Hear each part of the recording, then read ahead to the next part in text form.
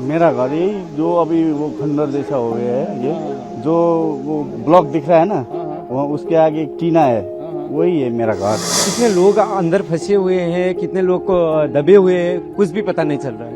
उधर तक जाने के लिए रास्ता ही नहीं है। तो कितना फुट मिट्टी है ये जो आप कह रहे हो कि इसके नीचे लोग दबे हो सकते हैं? इधर तकरीबन आपका ये बोले कि 2-3 इंसान इसमें आराम से अंदर जा सकता है।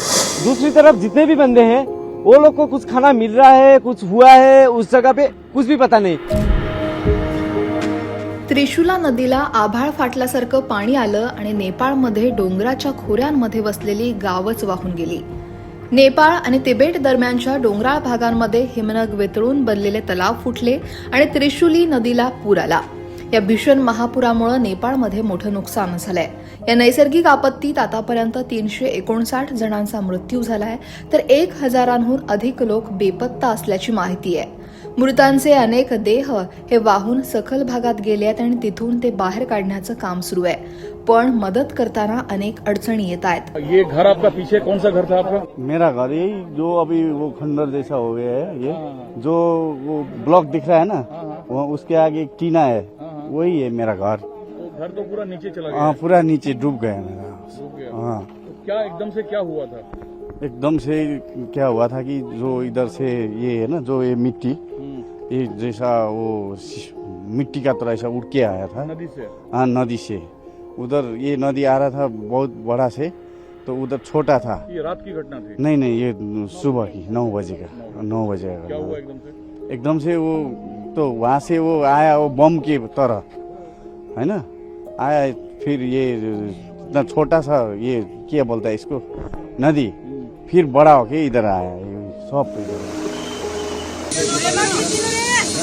नेपाळच्या सुरक्षा यंत्रणांनी गुरुवारी बाधित दर्या आणि दुर्गम भागात अडकलेल्या हजारो लोकांना वाचवण्यासाठी आणि अन्नधान्य पुरवण्यासाठी हेलिकॉप्टर तैनात केले।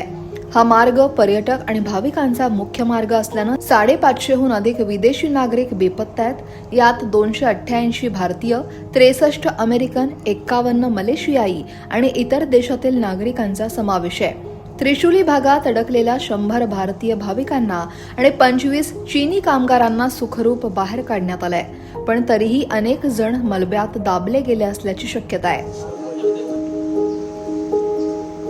अभी चैलेंजेस, सबसे बड़ी चैलेंजेस तो ये है कि रास्ता, इधर अभी कितने लोग अंदर फंसे हुए हैं, कितने लोग को दबे हुए हैं, कुछ भी पता नहीं चल रहा है। उधर तक जाने के लिए रास्ता ही नहीं है। तो कितना फुट मिट्टी है ये जो आप कह रहे हो कि इसके नीचे लोग दबे हो सकते हैं? इधर तकरीबन आपका ये बोले कि 2-3 इंसान इसमें आराम से अंदर जा सकता है।